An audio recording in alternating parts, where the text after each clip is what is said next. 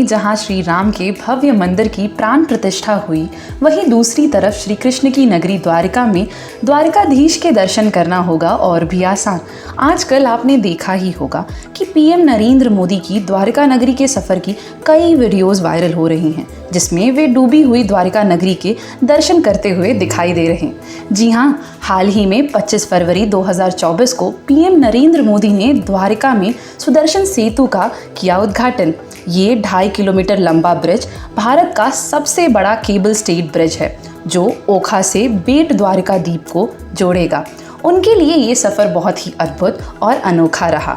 उन्होंने द्वारिकाधीश के भी दर्शन किए। भक्तजनों की मुश्किलें हुई आसान।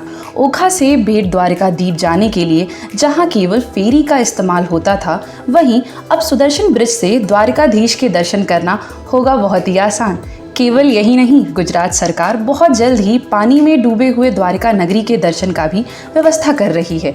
गुजरात सरकार मूल द्वारिका दर्शन के लिए अरब सागर में यात्री पनडुब्बी चलाने जा रही है। ये यात्री पनडुब्बी इस साल की जन्माष्टमी या दीपावली से प्रारंभ हो जाएगी। इस पनडुब्बी में एक बार में 30 लोग बैठ सकेंगे। 2 गोताखोर और एक गाइड भी साथ रहेगा।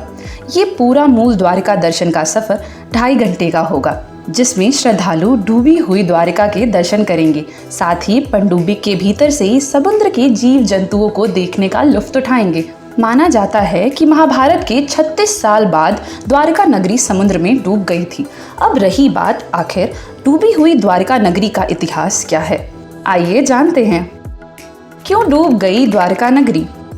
हिंदू धर्म के 4 धामों में से एक है द्वारिका धाम, जिसे श्री कृष्ण की नगरी कहते हैं। द्वारिका नगरी के जल विलीन होने की कई पौराणिक कथाएं प्रचलित हैं, जिसमें से एक महाभारत के प्रसंग से संबंधित है। पौराणिक कथा के अनुसार जरासंध द्वारा प्रजा पर होने वाले अत्याचारों को रोकने के लिए भगवान श्री कृष्ण मथुरा को छोड़कर चले गए थे। उसके बाद श्री कृष्ण ने समुद्र किनारे अपनी एक दिव्य नगरी बसाई और इसका नाम द्वारिका रखा। जब महाभारत का युद्ध हुआ तो उसमें पांडवों की विजय हुई और पूरे कौरव वंश का नाश हो गया था। इसके बाद जब युधिष्ठिर का हस्तिनापुर में राज तिलक हो रहा था, उस समय कृष्ण भी वहां मौजूद थे। तब गांधारी ने कृष्ण को महाभारत युद्ध का दोषी ठहराते हुए भगवान कृष्ण को श्राप दिया कि अगर मैंने अपने आराध्य की सच्चे मन से आराधना की है और मैंने अपने पत्नी व्रता धर्म निभाया है, तो जिस तरह मेरे कुल का नाश मेरी आंखों के सामने हुआ, उसी तरह तुम्हारे कुल का भी नाश तुम्हारी आंखों के समक्ष होगा। कहते हैं कि इस श्राप की वजह से श्री कृष्ण की द्वारिका नगरी पानी में समा गई। समुद्र में विलीन द्वारिका नगरी के अवशेष आज भी मौजूद हैं और जल्द ही लोग उसके दर्शन करेंगे। धन्यवाद।